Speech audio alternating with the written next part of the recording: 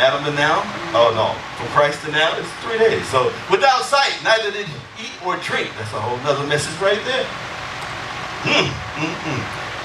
10. And there was a certain disciple. A certain disciple. A who? A certain disciple. In other words, this is not by happenstance. This is the sovereignty of God that he has this individual in position to promote Saul, to transition him out of an old system into a new system. Named Ananias. Now, Ananias is, write this down, this one big word. His name means grace. Remember Anna?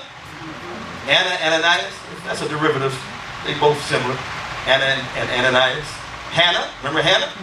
Same thing. Hannah, Anna, and Ananias. And said to him, the Lord, and said to him, and to him said the Lord in a vision, Ananias. And he said, behold, I'm here, Lord. He said, behold, I'm here, Lord. See, that's what happened. Well, you ain't got to worry about it. When you tap into grace, you can hear. I thought it was going to go over like that. Who gave that clap? Oh, God bless her. In Jesus' name. That wasn't even hard. When you catch that, you catch that in the sleep. Said Ananias, and he said, behold, I am here, Lord. I am here, Lord. I'm at your disposal. He has no clue what's about to happen. Verse 11. And the Lord said unto him, arise and go to the street which is called Straight. That's why I titled it. We're going to dissect that sucker. Dissect it. There's a street called Straight. Please underline it in your Bible. Arise and go into the street which is called Straight. Oh Lord, I just pray that this house become straight. I just want this house to be straight. Just straight. Straight. Straight. So Grace went to Straight Street. Grace made it on a street called Straight. You'll find Grace on a street that's straight. So that street. And inquire in the house of Judas for one called Saul of Tarsus, for behold, he prayed. And then we're going to verse 12. And has seen in a vision a man named Ananias coming in and putting his hand on him that he might receive his sight. So he was blind on the road to Damascus. He needed somebody in his circle that didn't have any comprehension of what God is getting ready to do to take him to a prepared place, a divine place, that even God had orchestrated for him to have a vision and for Ananias to have a vision. That's how you know when God is getting ready to do something in you.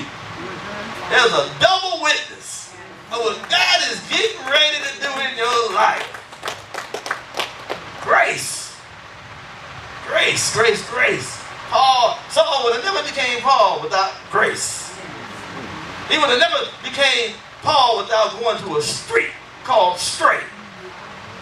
And most of us trying to figure out what's wrong, why I'm crooked, why I'm wicked, why I'm tossed to and fro, why I can't get on that street called Straight. I'm going to help you out this morning. We're going to be straight from this day forward. If you can hear it, that's up to you now. That's up to you. Because straight is important. We need straight stuff. You know, and you know, you can't even, and one thing I heard about this thing, I put on Facebook a number of times where it talks about you want to find something that's crooked, you put something straight next to it. And then that's how you were able to measure it. That's why this house is straight. And I try to make sure it's perpendicular. That's why I make sure that the plumbing is right. And the best way to make sure you're straight is your heart. Your head can be sincerely wrong. But that heart is the litmus test. It's the barometer for what God wants to do. And you cannot get to the street called Straight on your own.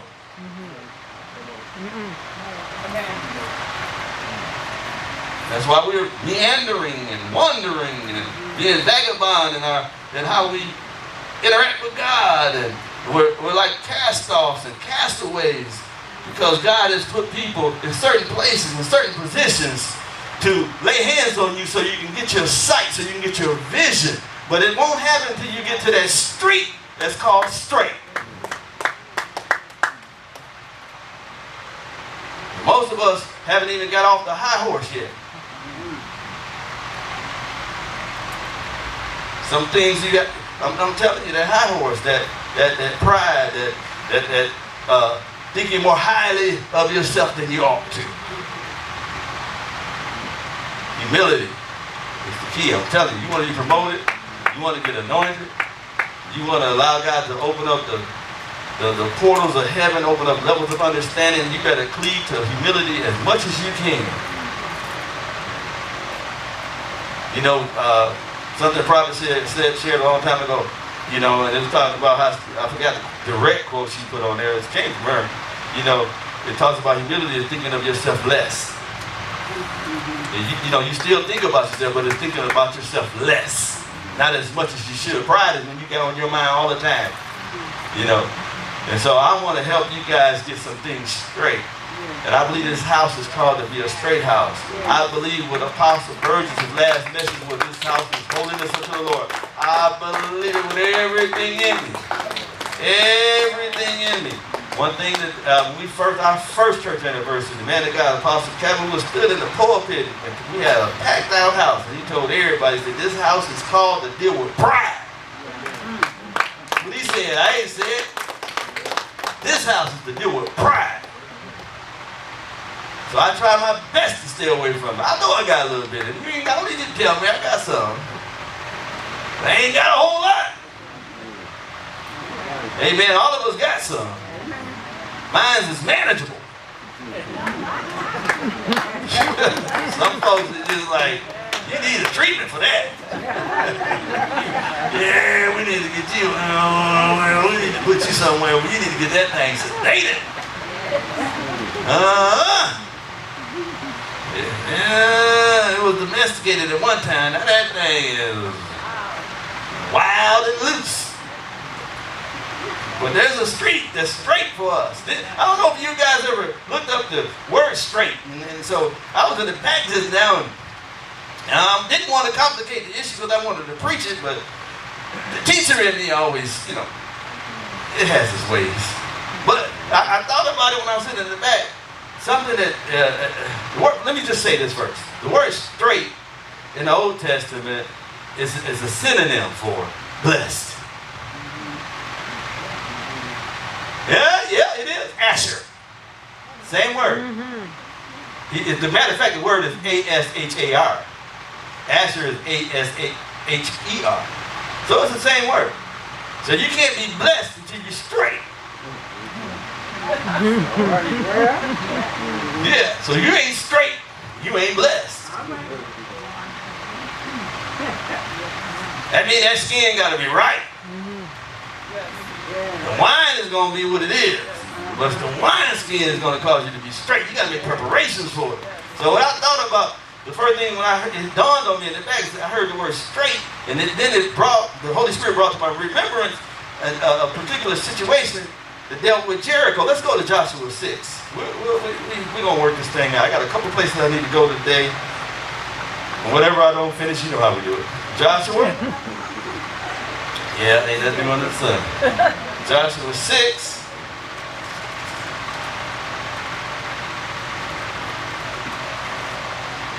How many people really want to be free? Because you can't, I'm telling you, God, there's a freedom God wants us to have. And if your freedom, let me just help you out a little bit. If the freedom you seek is waiting to be affirmed by your own value system, it's not real freedom. If you get clearance in your head, there's a disturbance. You can't validate, you can't self-validate yourself. You can't assess yourself and say, I'm okay. That's why you got to have somebody around you. Others got to tell you, you all right? If you telling yourself, I'm all right, I'm good. No, you ain't good. And everybody else around you telling you, you jacked up. And you say, I'm good. No, you ain't good. If people around you are telling you, if outsiders looking in telling you that you're not right, you're not right. That's what most folks have confronted and talked to. Once I told them they ain't right, they left. Which only showed me they weren't right. And to be honest, it's all right. Joshua 6:1. It's all right. If you don't want to be right, it's all right. I'm straight. I'm straight. I do it. It took me a long time to get this kind of clarity in my walk. I'm not gonna let just a small glitch show up on my screen on my life and let there be some disturbances. No, I done wrestled with too many devils. I done dealt with too many personalities. I done raised too many kids and still raising them. Grandkids. I got too much invested in this thing.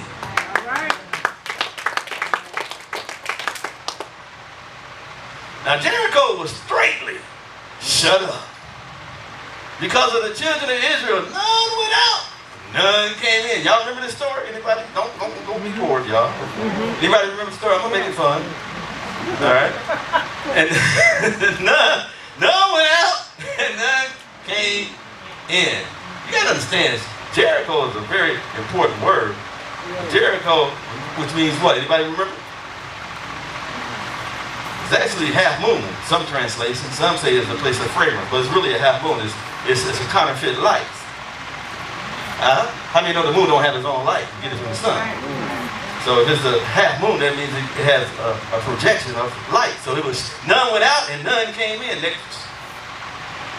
And the Lord said unto Joshua, see, I've given into thine hand Jericho, and the king thereof, and the mighty men of valor. Go ahead. And you should comfort the city, all ye men of war. And go around about the city once. Thus shalt thou do 6 days. For 6 days, go around the city one time. Verse 4.